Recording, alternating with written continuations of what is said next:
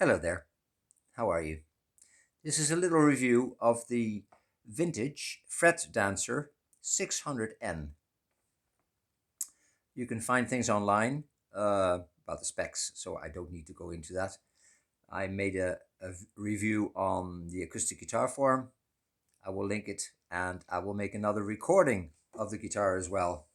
I'm just going over a few of the details of this guitar just to see what the story is with this one before playing a little bit. All right, so the main thing is this is, of course, as you can tell, a trapeze tailpiece. And you can tell already by the break angle from the strings going over the saddle there. See that? All right, that's very shallow. I'd say that's about 5-6 degrees of an angle, which is not very much. Now, when I bought this guitar, this saddle here was already replaced. It was replaced by a slightly higher one and a compensated B, which is the normal way of doing it. It slightly raised it, so that already was a bit better.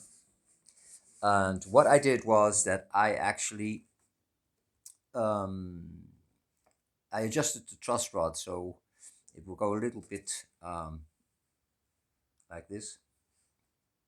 And then what I did, because I noticed that when I bought it, that the saddle here, especially on the high E and the B string, it started to slide over the saddle.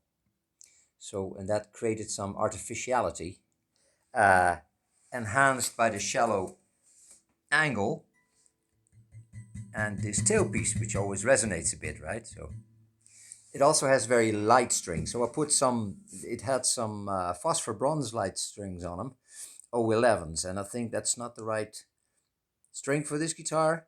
It didn't sound very good. Of course, strings are personal. But what I did was I put some Monel strings I had lying around because I didn't have any 8020 that I normally would use. But the Monel strings actually worked really well. So I put some 13, 16, 23, 41, 31, 41, 52, or 53. And that kind of evens it out, right? So that's what I did. This is actually a very good guitar. I got it really cheap. And I'm not sure the price that they're going at the moment. So this is mahogany, laminated mahogany back and sides. It's got a preamp. It's got all kinds of stuff that you can find online. Don't need to go into that. It's a pretty well built one. It's got a solid spruce top. This is I wouldn't call it a floating bridge, but it is not attached. Because if you take this off, then this will just slide off, right? Nice fretboard. The nut width is a little bit shallow for my liking because I do a lot of finger picking, right? So, oh, you can tell it just slotted out of the. I put some slots in it, right? So that keeps it kind of safe. But it's not a rock and roll guitar. It's a finger picking, slight strumming blues guitar. Okay, so that's what you get with this. The headstock, you can see it's open slotted tuners, actually quite nice, and it's a bit of a like mini jumbo. I would say it's a mini jumbo, a little like a smaller Stella, but it's close to a triple O, except the width is a bit. I mean, the depth is a bit more than a triple O, I'd say. So anyway, this is well, I'm just recording this on a little lavalier one here. Right, so you get a bit of the sound.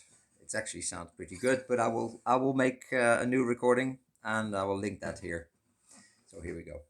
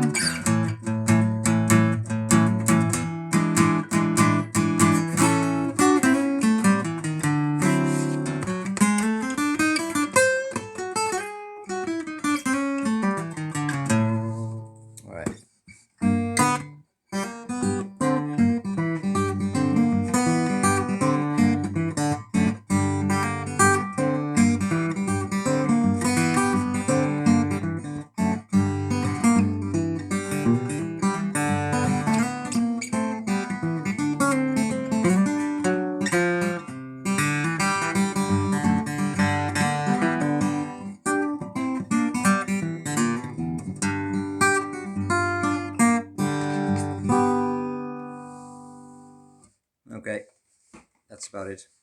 There's not a lot of videos online on YouTube.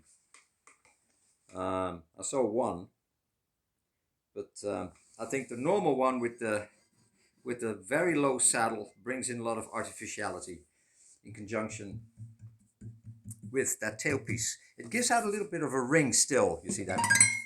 You can never quite eliminate that, but it's actually, I think that enhances its charm, I think, because it's still pretty good. It's also X-braced, which means it's an overall very stable sound, right? So, and you can sort of tell that, right? A little bit of that ring. I think that's, I can hear the metal of the tailpiece, right? I don't think you can eliminate that. It's part of the charm. So you have to treat it with a little bit of respect. Don't go banging on it. But I think it's very nice for its price.